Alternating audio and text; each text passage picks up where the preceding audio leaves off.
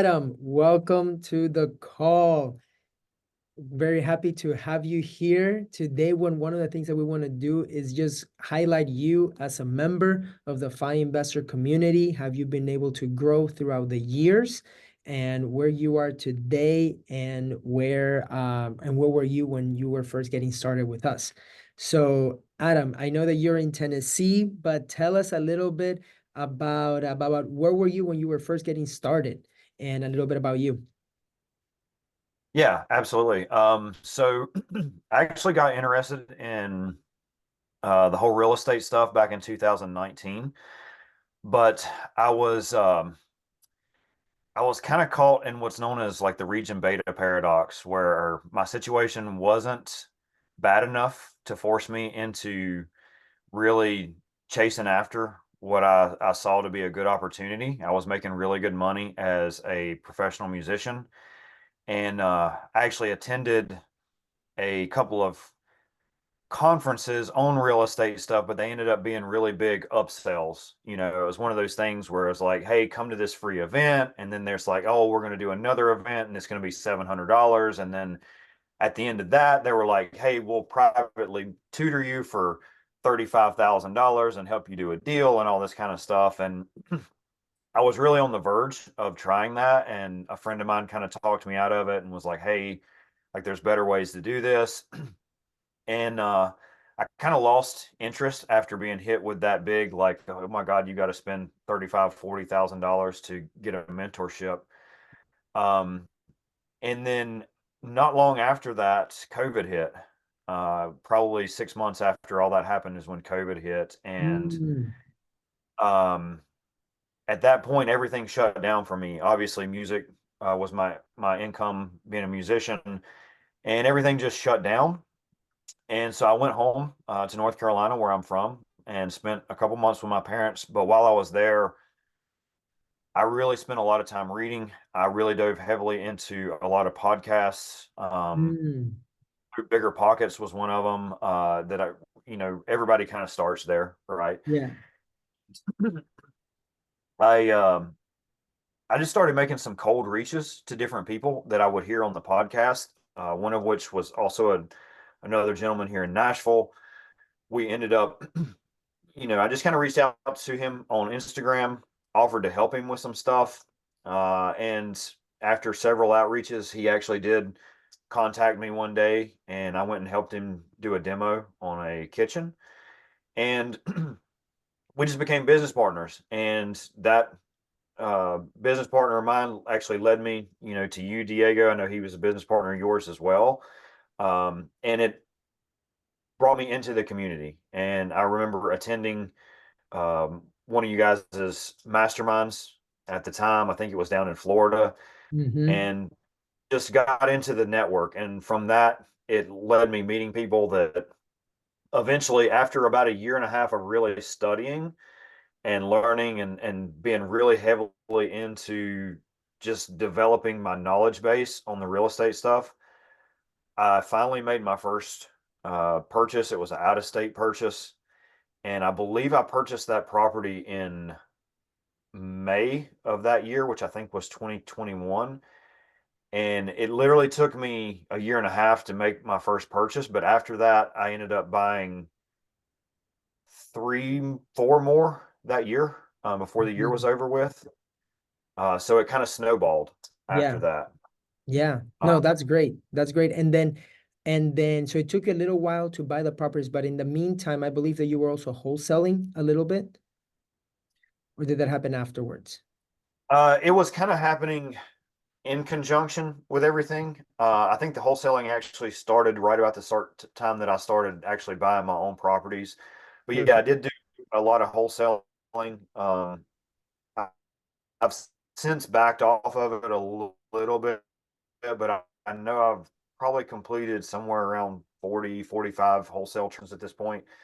That's awesome. Some of those ended up keeping them instead of wholesaling them because we do find the properties off market. So usually we get them at a really good discount. And sometimes it's like, this property could be a $10,000 check today, or it could be, $1,000 cash flow for the next lifetime, right? So you kind of weigh your options of, do I need the fast money or would I rather reinvest? And basically, what I did was up until about a month ago, I had not taken any money out of my businesses as far as like from real estate or the businesses or wholesaling or anything. I always reinvested it back into the businesses. So I still lived off my music income, and then anything that came in from wholesaling, real estate income, any of that went back into basically recycling into more deals.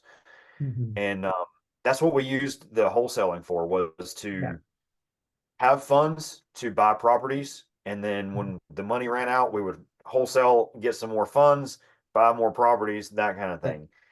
So it's kind of been, And then, and as you've been basically repurposing that money, um, what does your portfolio look like now?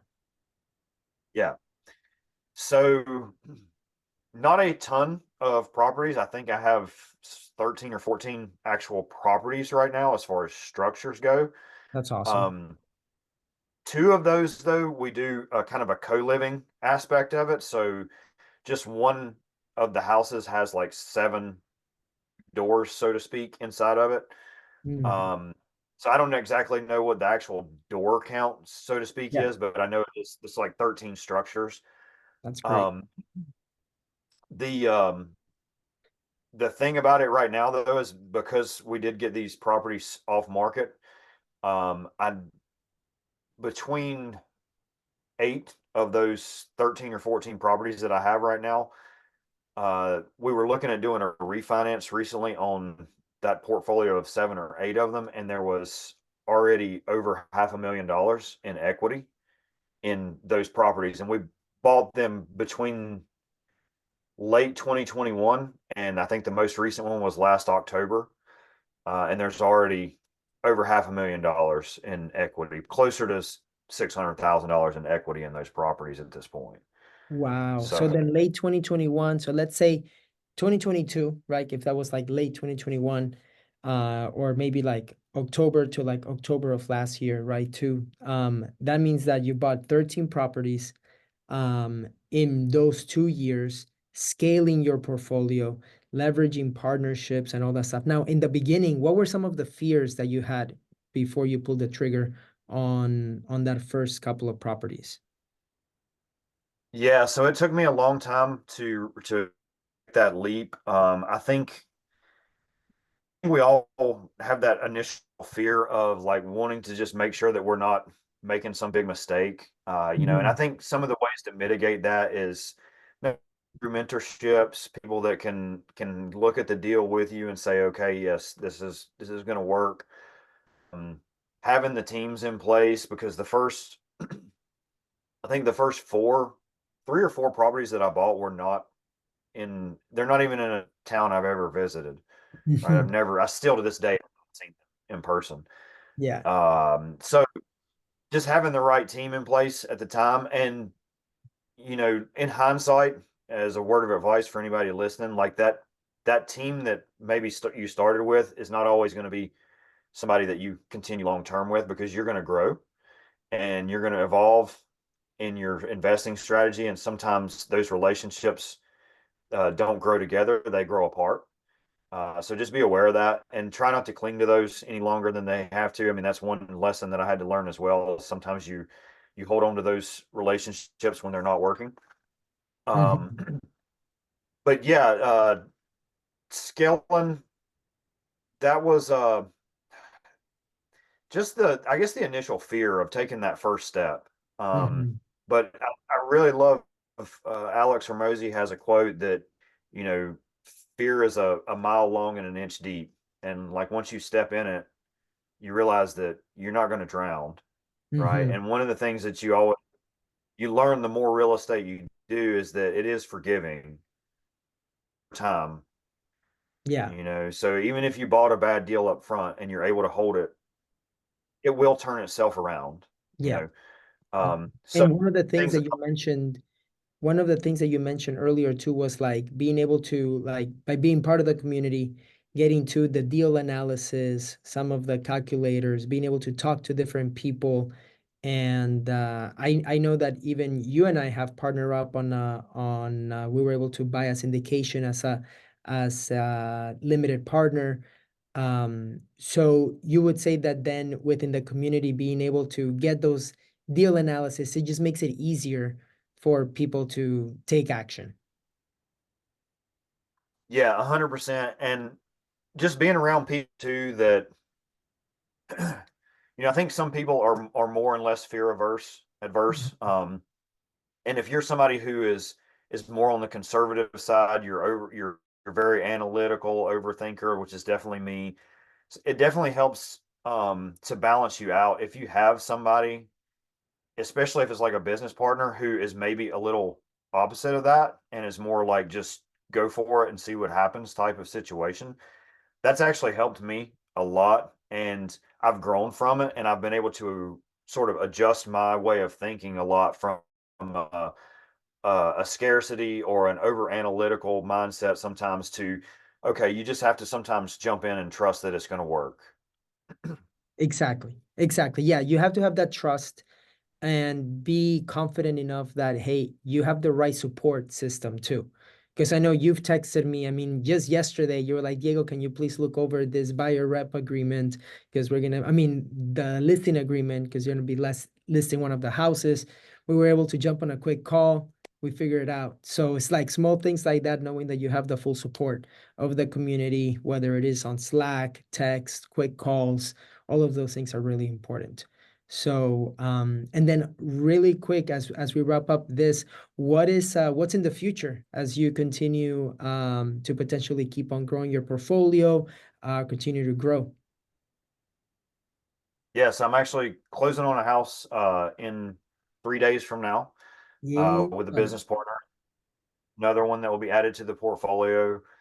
Um, I have been really focused in on a couple of the businesses that I'm part owners of.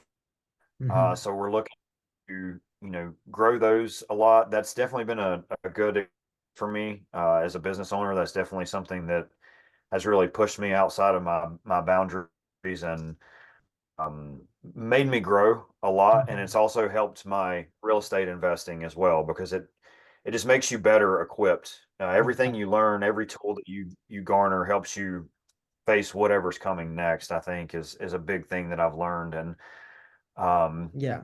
I'm not one who's looking to have 100 or 1,000 doors. I would rather have, 20 doors that are super profitable Mhm. than have 200 doors that are making me $150 a month each. So Exactly.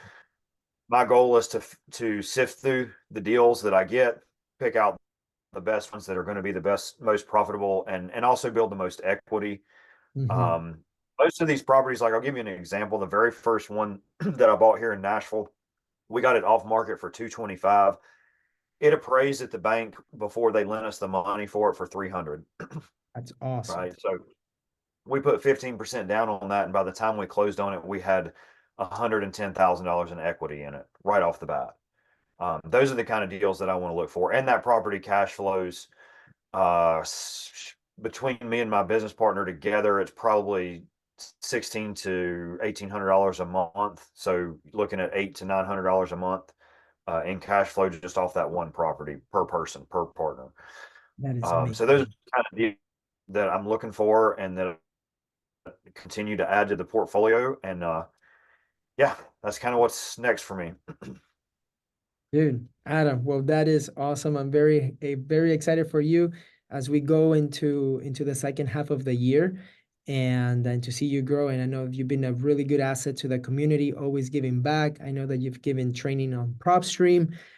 You're one of the owners of REI Call Center. So if anybody's listening to this, you guys can check out that as well, reicallcenter.com, where they help you find also off-market deals through virtual call callers. So Adam, thank you very much for doing this with us and look forward to staying in touch and seeing you grow. Thanks, Diego. Always a pleasure and always welcome to help. So just let the community know if there's anything I can help with. I'm always happy to have a call with somebody. Awesome. Thank you.